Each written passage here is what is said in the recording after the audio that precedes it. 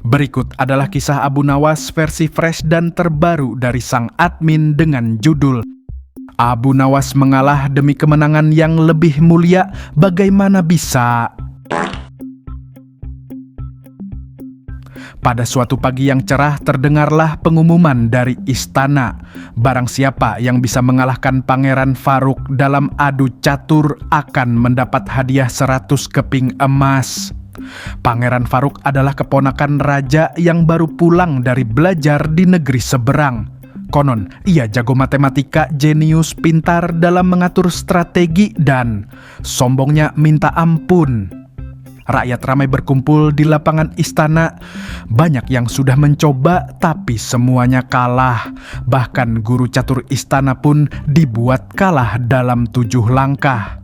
Melihat itu, raja tersenyum licik dan berkata kepada pangeran muda, "Aku yakin hanya satu orang yang bisa mengalahkanmu, pangeran. Tapi sayang, dia sudah tua dan mungkin takut kalah." Pangeran muda merasa penasaran pada sosok tersebut, terus memaksa kepada baginda raja untuk menghadirkannya. Raja menolaknya karena takut terjadi hal yang di luar perkiraan karena si Abu Nawas sangat jahil.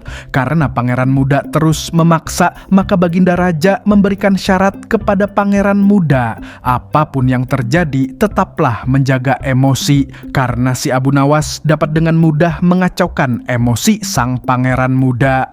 Pangeran muda pun berjanji atas persyaratan baginda raja.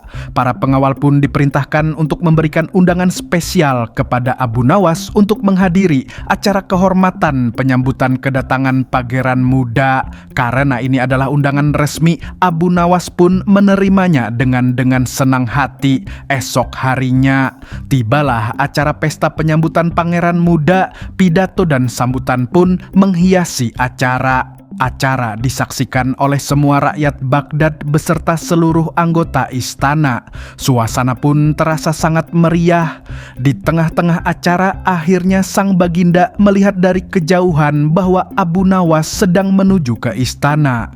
Sang baginda pun menyuruh pengawalnya untuk mendampingi sang Abu Nawas agar bisa melewati kerumunan dan bisa sampai ke kursi kehormatan yang telah disediakan dengan aman. Sesampainya Abu Nawas di kursi kehormatan, ia hanya tersenyum sambil menunduk kepada baginda raja dan pangeran muda. Kemeriahan acara pun dihentikan oleh baginda raja. Baginda raja berdiri dan menuju podium, kemudian berkata, "Sebagai tanda kehormatan kepada pangeran muda cerdas nan jenius, alangkah serunya jikalau sang cendekiawan kita satu ini, yaitu Abu Nawas, untuk turut menemani sang pangeran muda dalam bertanding catur." Abu Nawas yang baru saja duduk hanya celingak-celinguk kebingungan, kemudian nyeletuk, "Wahai baginda, sepertinya perut ini tidak bisa diajak kompromi untuk mengikuti pertandingan. Prikitiu."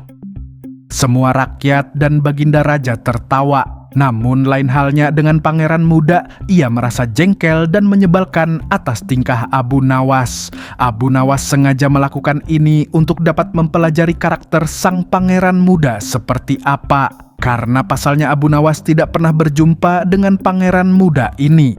Hidangan spesial pun disuguhkan kepada Abu Nawas sebelum memulai pertandingan. Setelah selesai dan dirasa kenyang, Abu Nawas meminta izin untuk ke kamar mandi. Lagi-lagi, sang pangeran muda dibuat kesal untuk terus menunggu. Akhirnya Abu Nawas kembali. Meja dan papan catur segera dipersiapkan oleh pelayan istana. Mereka berdua pun duduk berhadapan. Sebelum memulai, sang pangeran berkara, "Wahai kakek tua, apa yang sebenarnya membuatmu hebat dan dikagumi oleh baginda raja? Sepertinya tidak ada yang spesial dari dirimu." Abu Nawas hanya tersenyum hormat kemudian menjawab, "Hamba mungkin tak takut kalah, wahai tuan muda. Tapi hamba khawatir pangeranlah yang akan takut menang. Tapi bohong." Semua tertawa kecuali Pangeran Farouk yang wajahnya mulai merah padam.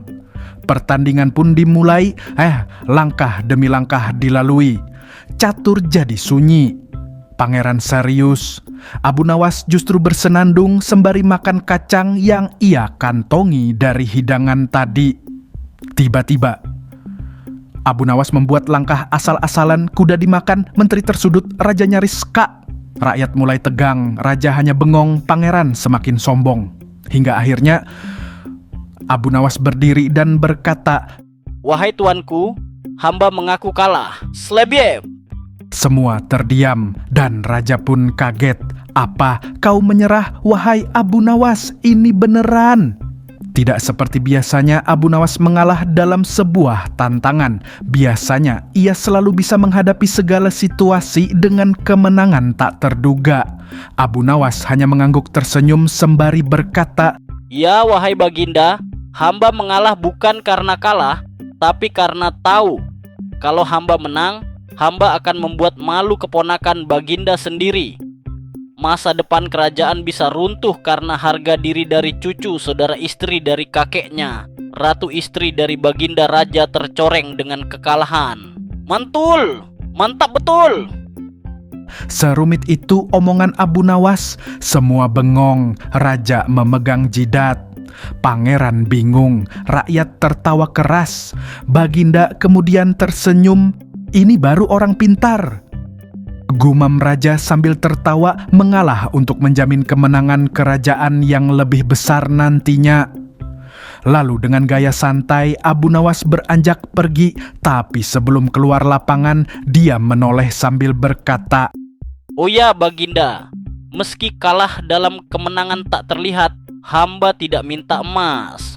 Cukup dikirimi kacang rebus istana yang tadi hamba makan tiap sore. Magnus, satu hal lagi yang lebih penting.